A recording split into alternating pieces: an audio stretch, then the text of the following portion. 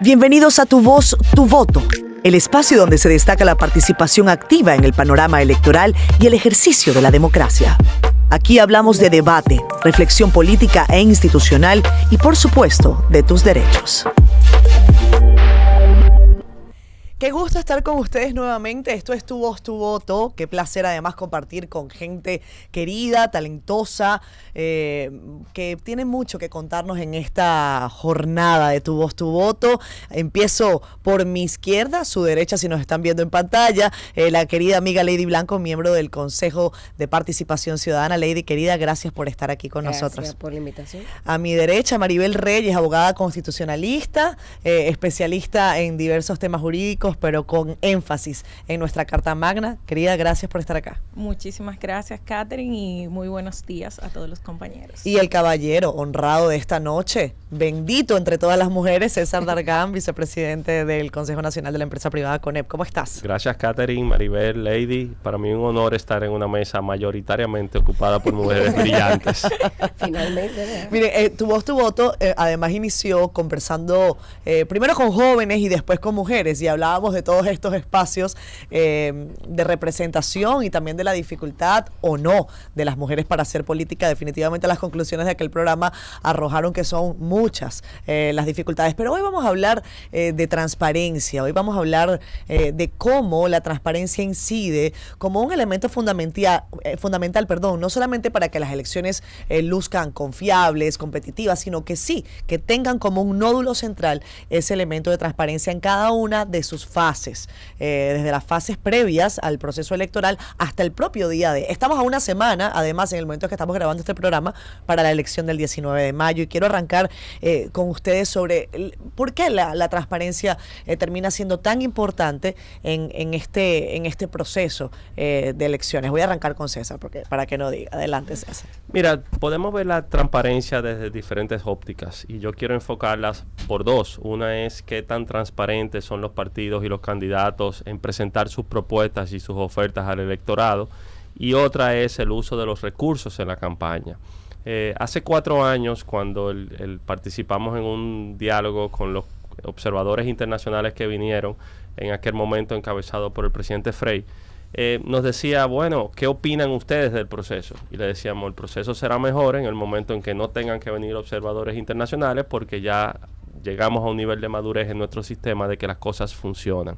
Yo creo que debemos empezar por reconocer que el vaso es medio lleno. Han habido avances significativos y de hecho la organización de este proceso ha sido bastante adecuada. Ahora bien, en esos dos aspectos que mencioné, en qué tanto se están debatiendo ideas. Hace apenas algunos días veíamos que se presentó una lista de candidatos tachables y lo que fuera. Bueno, cada quien puede hacer las observaciones que quiera, pero al final lo que queremos es que se debatan las propuestas y puede el electorado estar lo suficientemente edificado de por quién votar. Ese es un aspecto. El otro es el del uso de los recursos. Y la ley ha establecido unos umbrales bastante altos, por cierto, pero más allá de los umbrales, ¿qué capacidad tiene la Junta Central Electoral de poder fiscalizar lo que se está utilizando y para qué se está utilizando? Dos retos: elevar el debate en las campañas y reducir, entiendo, el uso de recursos en la campaña política. Maribel, desde la perspectiva jurídica, ¿cómo estamos nosotros armados o desarmados para que la transparencia sea definitivamente un valor fundamental del proceso electoral? Mira, lo primero es que la ley, que gracias a Dios tenemos ley que fiscaliza a los partidos políticos en la República Dominicana, una ley que ha llevado diversas modificaciones. Bueno, tuvimos la última, la 2023, el año pasado, en lo que hubo una especie de consenso a nivel de los partidos políticos en tenerla.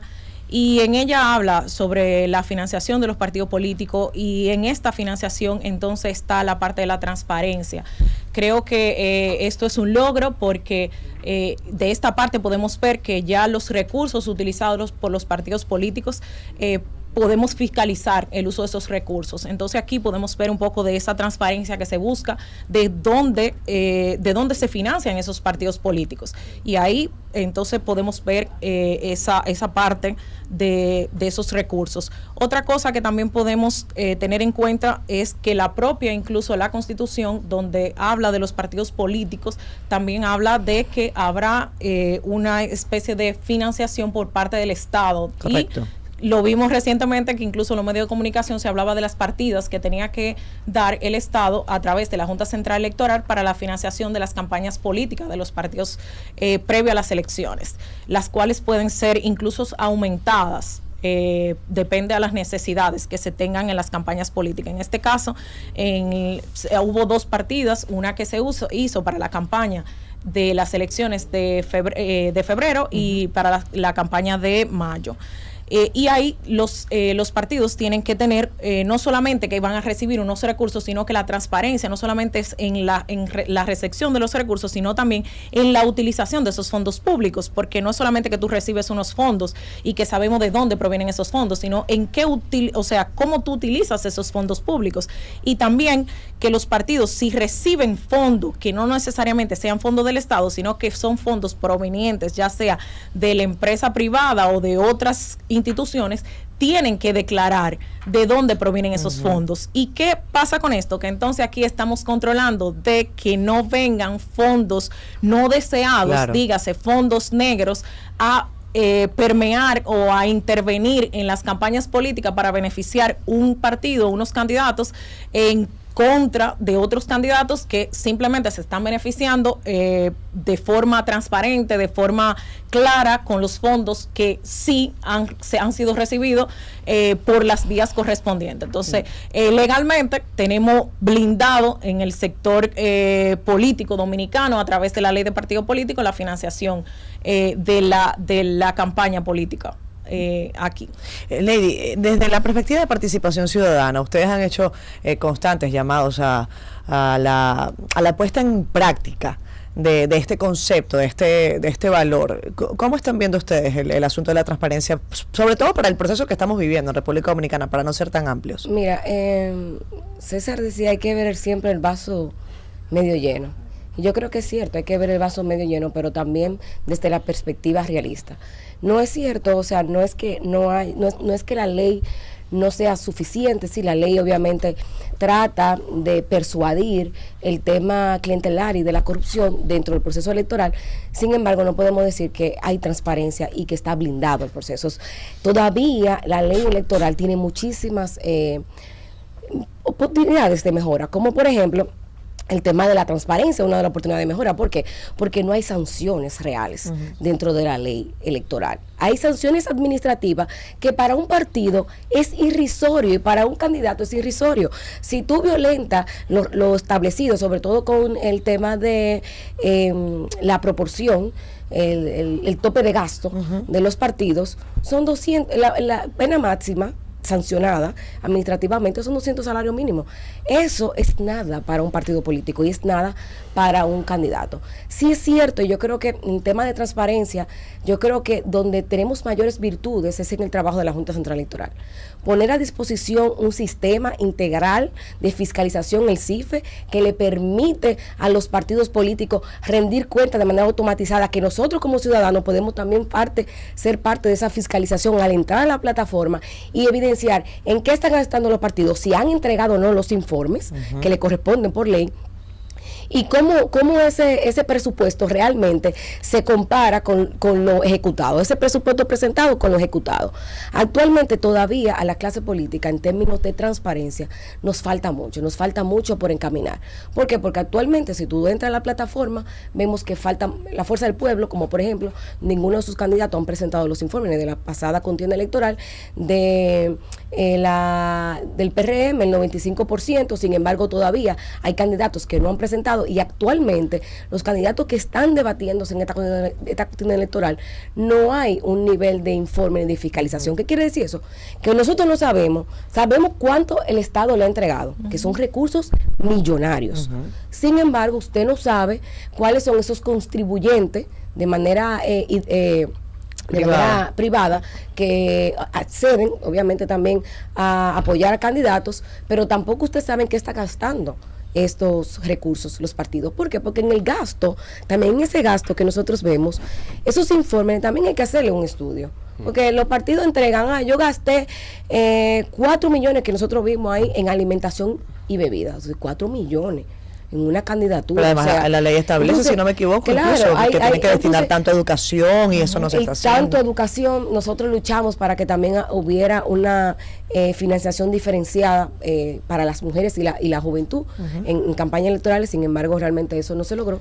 Pero en temas de transparencia todavía, sobre todo en la clase política y también en la ciudadanía, hay que trabajarlo. Ese voto clientelar hay que seguirlo trabajando. Servido el plato de esta noche, quiero que en la próxima parte conversemos sobre algunas experiencias que ustedes consideren han sido exitosas para precisamente motivar que la transparencia deje de ser un concepto aislado y algo que suena lindo en papel, pero que definitivamente se puede poner en práctica. Vayan pensando en experiencias exitosas desde cada una de sus organizaciones políticas y sobre todo desde el punto de vista, ustedes son representantes de la sociedad civil, pero ¿qué se puede hacer y qué se ha hecho hasta ahora para mejorar temas de transparencia? El clientelismo político en República Dominicana y en toda nuestra región ha, pienso yo, degenerado de manera significativa la democracia, el ejercicio de la gente y por supuesto hace que los procesos electorales pierdan credibilidad, pierdan confianza y una vez más que su transparencia se vea seriamente afectada desde el origen. No estoy hablando nada más del día de, estoy hablando de todo un proceso que nos lleva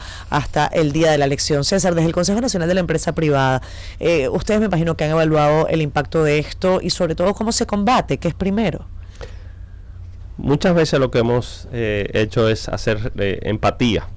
Mientras nosotros estamos aquí teorizando, sepamos que a una semana de las elecciones hay cientos de candidatos que nos están viendo y hay cientos de dirigentes y militantes de los partidos políticos que dicen, mira, esos 4 lo que están es teorizando de un planeta que no existe. Que vengan ellos a la calle a buscar su voto. Claro. Y no dejan de tener razón. Entender la realidad política y del activismo político en cada país, en este caso en la República Dominicana, tiene sus complejidades muy particulares. Si nosotros nos remontamos hasta hace apenas 4 años, para esta fecha ya en este país se habían suspendido 2 elecciones. Y este país, fruto de la madurez de su liderazgo, fruto del compromiso de su sociedad, pudo retomar el camino y salir airosamente de lo que hicimos. Yo creo que cuando nosotros vemos el tema del clientelismo tiene muchas aristas y por eso, aunque podrían criticarnos quienes nos ven haciendo este análisis, entiendo que lo que es igual no es ventaja y lo que estamos haciendo son las recomendaciones más responsables, viendo el juego ahora mismo desde la acera y mira que en mi caso particular me ha tocado también verlo desde dentro. No es fácil lidiar con esa realidad. Si nosotros conectamos con los 2 temas que planteé al principio, que son, primero, transparencia en el uso de los recursos, de su procedencia, de dónde van, de cuántos reciben, y segundo lugar, de un debate real de las propuestas y las ideas, creo que de una forma u otra estamos contribuyendo a eliminar ese clientelismo. Y el llamado hoy debe ser precisamente a que movilicemos el voto. Hemos estado analizando de los niveles de abstención, por ejemplo, que tuvimos en las elecciones municipales, y hay muchos análisis posibles comparándonos con otros países, con nuestros procesos históricos, pero de cara a estas elecciones presidenciales y congresionales, motivar el voto consciente sobre la base de las propuestas que se están debatiendo y ojalá cumplamos con lo que nos hemos planteado. Maribel, ¿cómo ves tú el tema del clientelismo en nuestro país? ¿Crees que tenemos significativas mejoras o que definitivamente a veces parece que estamos como arando en el mar? Mira, yo siempre he dicho que el tema del clientelismo, la única forma de erradicarlo es con una sola cosa y es educación. Educación y más educación. En el tema jurídico, la verdad es que nosotros al clientelismo siempre le hemos dado por arriba. En el Tribunal Constitucional, el clientelismo es la hermana o el gemelo del transfugismo. Nunca se quiso, o sea, en un caso en el Tribunal Constitucional que fue de transfugismo, al final no se dijo nada, se dijo que era inadmisible. Entonces, cuando tú dices que es inadmisible, al final no se dijo, el Tribunal Constitucional no se ha referido al respecto. No fijó posición. No fijó posición. En el caso de el TCE sí se ha referido del controversial tema y lo que ha dicho es que cuando usted no ha sido candidato y no ha sido elegido, usted ha podido, como usted no fue elegido en ese partido, usted sí se puede ir. Sí. Entonces, hay diversos criterios sobre eso.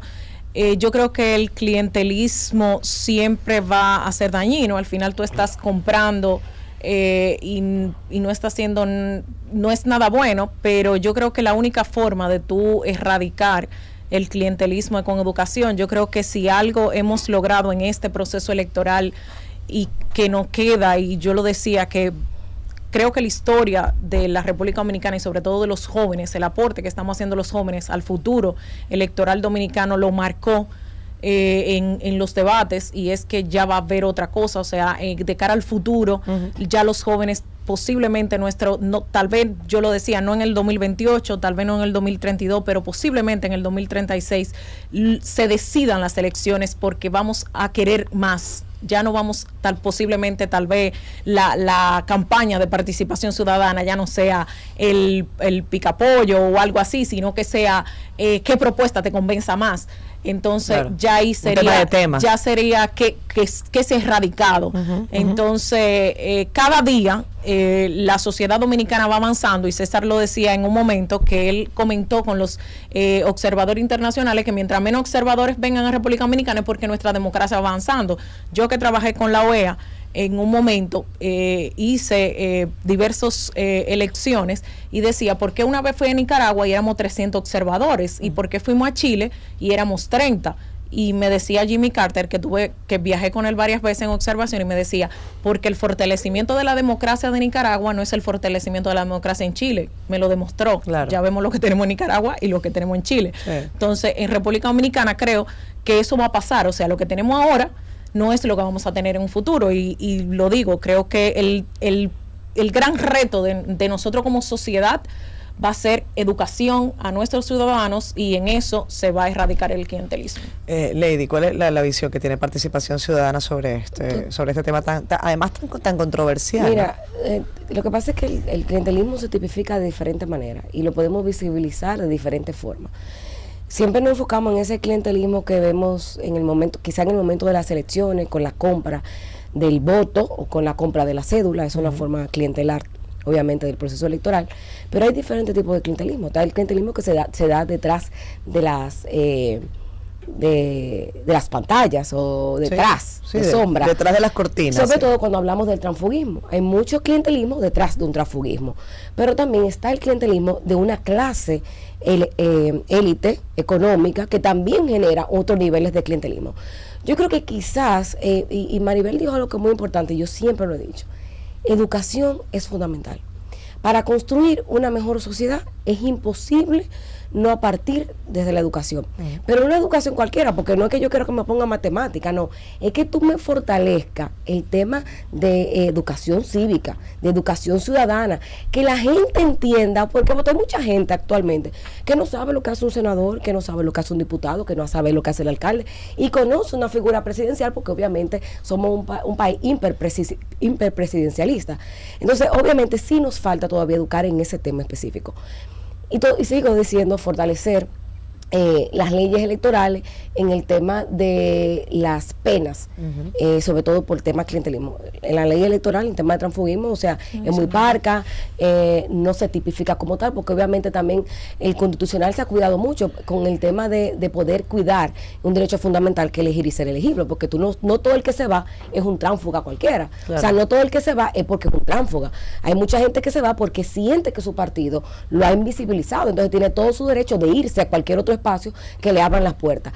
Pero obviamente nos toca muchísimo por hacer, porque todavía nosotros somos una democracia en construcción. ¿Qué quiere decir eso? Sí, claro, tenemos un voto universal, hay libertad de sufragio.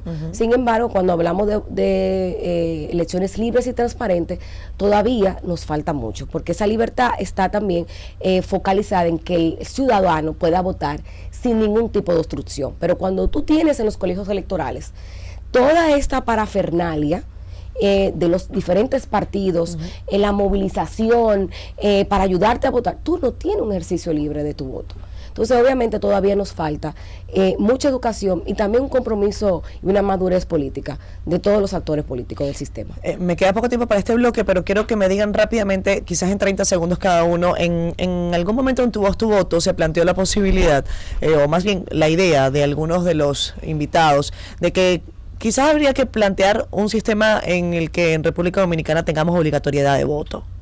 De alguna manera para tratar de mitigar esto. Yo no sé si ustedes están de acuerdo con esa idea. Díganme por favor brevemente si creen que eso... Yo estoy de acuerdo totalmente. Con obligatoriedad de voto. Sí. Yo preferiría invertir y insistir con la educación, que esto sea algo voluntario y sobre todo que reconozcamos que la base de este sistema que nosotros tenemos son los partidos políticos. Partidos políticos débiles, frágiles, imperfectos, no contribuyen al fortalecimiento del sistema. Aboguemos porque los partidos se modernicen, conecten con la sociedad, se hagan atractivos, sean un punto de encuentro para debatir las ideas. Y con partidos fuertes, con partidos sólidos, con buenas candidaturas, debate de ideas y transparencia, iremos supliendo lo otro. Yo creo que totalmente de acuerdo con César. O sea, yo nunca he analizado esa obligatoriedad del voto. Yo sé que en otros países, Brasil lo tiene obligatorio. Y Argentina también. Obligatorio, pero yo creo que yo prefiero que sea un voto consciente e informado. Y eso quiere decir que yo prefiero mayor nivel de educación y que la gente vaya a aportar a la fiesta de la democracia, que es el ejercicio uno de los ejercicios más importantes, que es el sufragio, de manera voluntaria. Yo creo que yo aspiraría más a eso. Ahora, que en algún momento sea obligatorio por una razón particular, todavía no lo he analizado como tal. Mira, todo lo obligado duele. Bueno, sí. Todo lo obligado duele. No, pero yo creo que la obligatoriedad está dentro de ese nivel de educación, de esa, es como la lealtad a la patria. O sea, yo no lo veo como, la lealtad a la como patria una no puede obligatoriedad como el servicio militar, o sea, de que te van a castigar si no lo hacen. Yo pienso que esa amor a la patria no puede surgir de la obligatoriedad. Es más, Brasil no solamente lo tiene obligatorio, sino que te penaliza no hacerlo. Entonces yo creo que obviamente nosotros hemos pasado por dictadura, hemos pasado por muchísimos procesos. Yo creo fundamentalmente en la libertad, y esa libertad es una libertad real que se ejercita con educación, una educación ciudadana, que tú no tengas que obligarte, que los partidos no tengan que salir a buscarte para votar, sino que tú te levantes temprano a ejercer tu derecho ciudadano. Y en esos 10 segundos, viviendo en libertad y democracia, hay países que hoy sus ciudadanos quisieran votar y no pueden hacerlo. Exactamente. Y nosotros que podemos hacerlo, transformemos nuestro país sobre la base del ejercicio de ese deber y ese derecho. Y quizás como una última reflexión, antes de irnos a comerciales, yo diría que quizás analizar si en los países en donde ese voto es obligatorio, las prácticas clientelares se han anulado por completo. A lo mejor resuelves un tema y creas otro, porque casi siempre así pasa con la medicina. Te la tomas para que te quite el dolor de cabeza y te termina doliendo la barriga. Pero vámonos a comerciales. Cuando regresemos, yo les preguntaba sobre este ejercicio de crear transparencia. ¿Saben que a mí acaba de llegar un mensaje? Lo analicé antes de venir para acá al programa. Hay una plataforma de Facebook que permite ver cuánto ha invertido. Imagínense que César sea un partido o un candidato. Yo entro ahí y yo veo cuánto César ha invertido en la plataforma Facebook, Meta, Instagram, todo esto. Y yo no lo sabía. Y yo dije, miren, esto es un ejercicio que lo hizo alguien, o no sé si es el mismo Meta que lo está haciendo, y me parece interesante porque ni siquiera hay que esperar que la Junta Central Electoral lo haga. Ya hay nuevas herramientas de cara con la tecnología que podrían darnos luces sobre el proceso. Ya venimos con más de Tu Voz, Tu Voto. Este programa es posible gracias al apoyo de la Agencia de los Estados Unidos para el Desarrollo Internacional, USAID.